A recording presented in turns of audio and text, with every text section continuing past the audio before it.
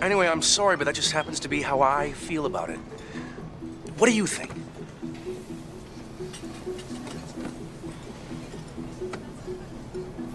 What?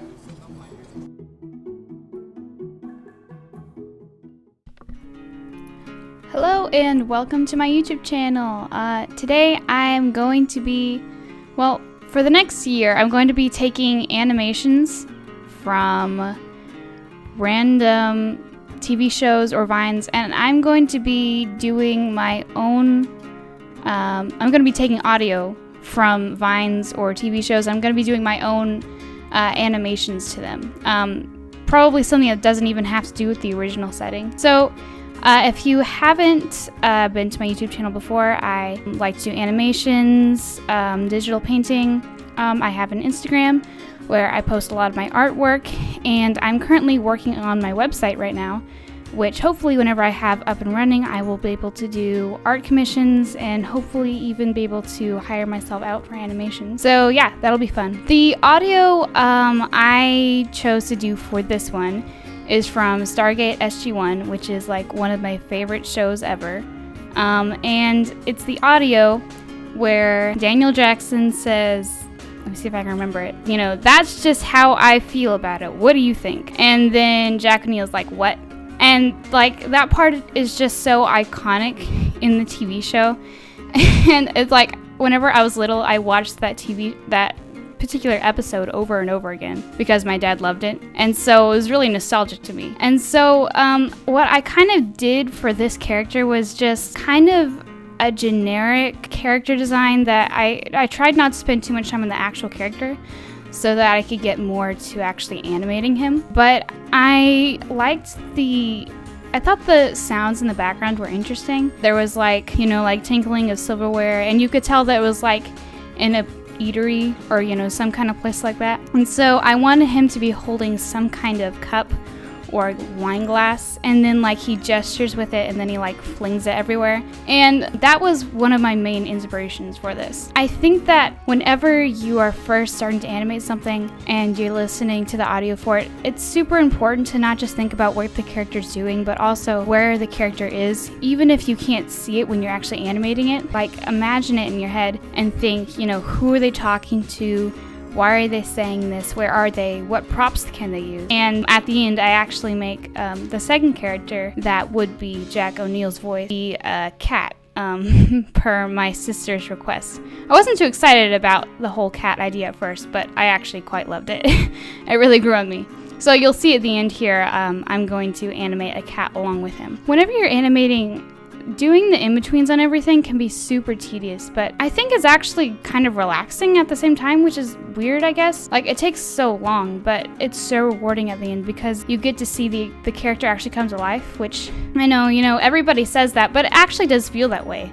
And it's super interesting. It's like, I didn't know that I could actually make my character look like he was thinking or feeling certain things, but actually if you can pull it off, it sells it to the audience, and the best thing is whenever your character looks or feels like he's actually thinking and feeling. And I think that's one of the reasons why I love animation the most, because it's like, you know, bringing characters to life. Again, I liked this character in particular because I really loved the audio. I think a lot of times audio for me in like audiobooks, music, just random things are what inspire me to do animation in the first place. Like if I hear a song and I start to see clips of animation for it in my head, I'm like, yeah, I know that's a good song.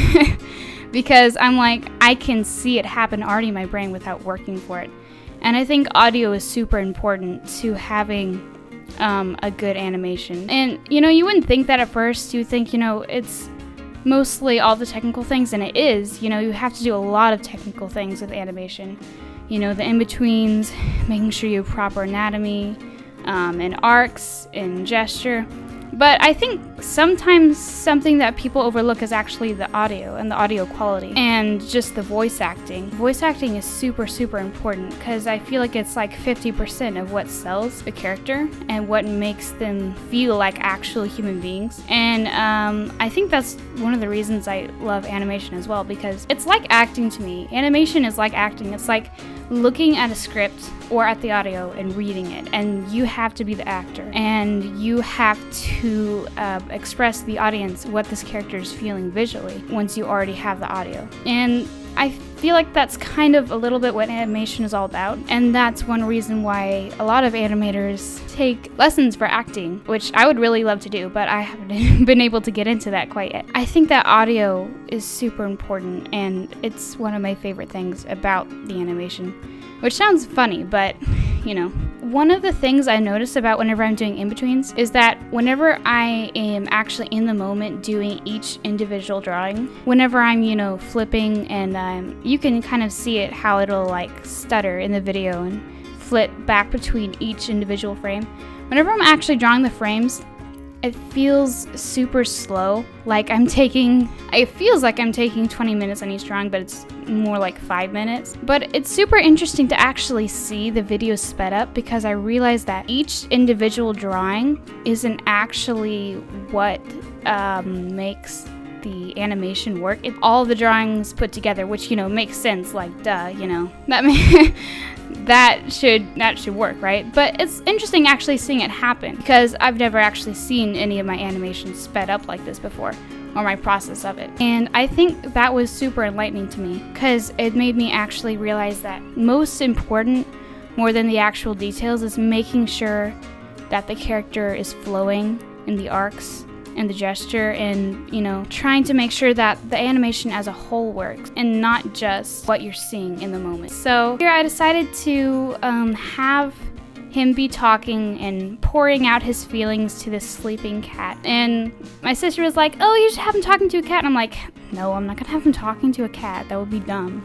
But then I did it, and I thought it was really cute. I don't usually draw or animate animals at all, but I think that drawing animals is actually super freeing, because, for people who have been practicing anatomy and figure drawing for humans for a long time, they start to not be able to recognize their mistakes anymore. It's like they continue to try to work and improve upon their mistakes, but whenever you're drawing a completely different being, like an animal that has a completely different anatomy structure, completely different habits of walking, gesture, it's really interesting, because you kind of are able to forget a lot of the things you already know and just focus on what you're seeing from reference. I, a while ago, did a bunch of structural studies of animals, and it was really freeing, because it allowed me to see that these are just shapes and lines, and once I allowed myself to actually see outside of what I thought something should look like, I actually was able to see what they actually looked like on the page and not what I thought they looked like, if that makes sense. I think a lot of times our perception of something changes how we draw them, and so yeah, that was really freeing, and I loved drawing this cat, actually, even though I stressed over it a lot.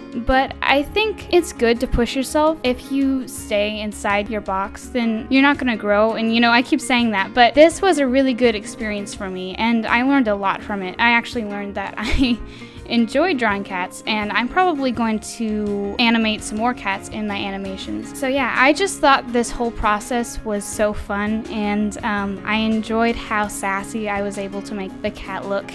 And yeah, it was just a lot of fun, and I enjoyed it so much. You should definitely try drawing to animals if you don't do that, or if you only draw animals, try drawing humans, or if you only draw cats, try drawing birds. Like, it's good to try to do something that you don't normally, and that way you can kind of see where you think something is supposed to look like it, but it actually doesn't whenever you're actually seeing it, if that makes sense. So you think that a cat is supposed to look a certain way, but then whenever you actually look at it, it's actually very different. And that's, I think, the important thing about drawing from reference, which is something I don't usually do with humans whenever I'm animating, but I drew this cat from some reference, and it was very helpful, because I was actually able to see how cats actually move and flow. And yeah, so as I said before, I'm going to, throughout the next year I'm going to be taking audio from vines and TV shows and putting my own little animations to them, and I think that'll be super fun. And also be sure to comment below what you thought of this animation, if you like drawing animals, or if you think that they're too hard, or if you like just drawing humans. Whatever your thoughts are. I am super happy to start a conversation. It would be so fun. And again, I'm starting up my website, and hopefully soon, by maybe the end of September, I'm gonna have commissions. And yeah, that's it for now. See you in the next video.